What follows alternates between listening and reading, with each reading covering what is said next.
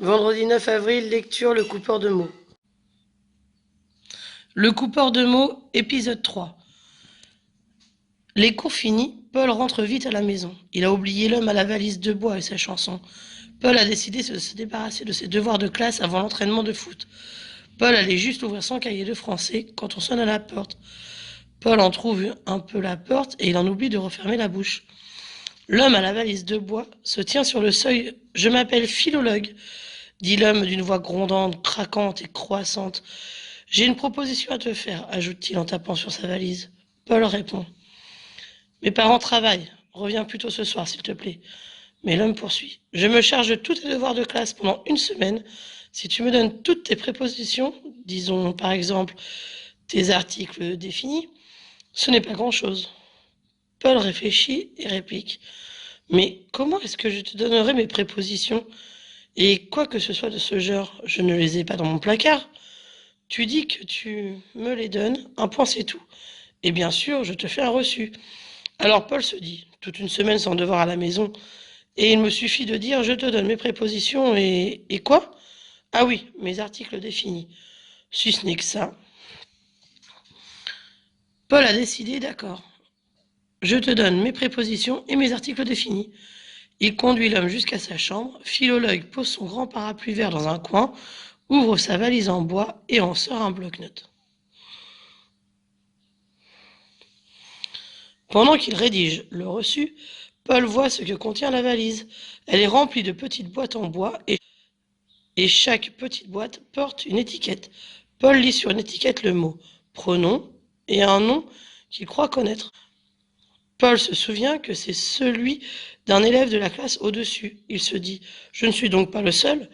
Philologue, assis au bureau de Paul, tend le reçu à Paul et s'attaque immédiatement à ses devoirs. Paul fout le reçu dans la poche de son pantalon et dit « Je vais stade ». Philologue arbore un sourire satisfait.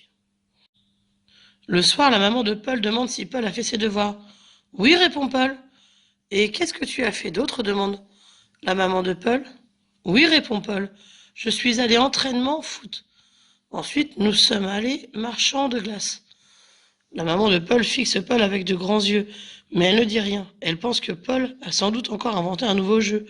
À propos de la pluie qu'il a reçue le matin même, Paul raconte. « Pluie s'écrasait tramway, comme des vagues aussi hautes que maisons. » La maman de Paul l'interrompt. « Tu ne vas quand même pas me raconter que le tramway a été écrasé par la pluie ? » « Mais je n'ai jamais dit ça, » rétorque Paul. C'est à l'école que les choses se gâtent vraiment. Les camarades de Paul s'aperçoivent tout de suite qu'il y a quelque chose qui ne va pas. Dès qu'il prononce une parole, tous les regards sont rivés sur lui.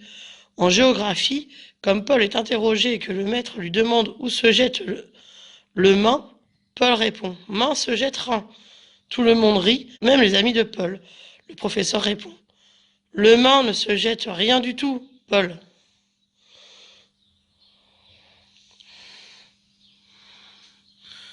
Au directeur qui passe dans le couloir pendant la récréation et veut savoir si le professeur est encore dans la classe, Paul répond « Non, il n'est pas classe ».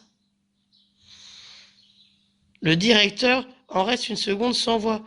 Dans son affolement, Paul oublie ce que dit le directeur.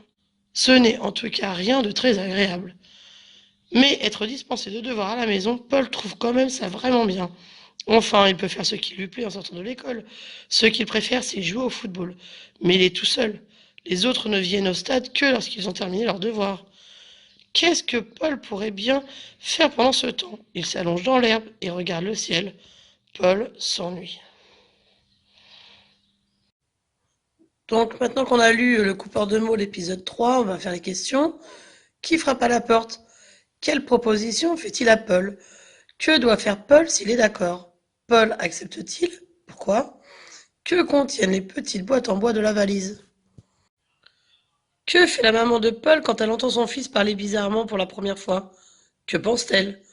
Où les problèmes de Paul commencent-ils vraiment ? Que font ses camarades lorsqu'ils entendent Paul parler ? Corrige la phrase suivante et donne la nature des mots qui manquent. Non, il n'est pas classe. Que veut dire rédige, le reçu, ça vous cherchez dans le dictionnaire. Arbore, rétorque et dispenser. Donc là encore, je ne corrige pas. Vous me l'envoyez, merci.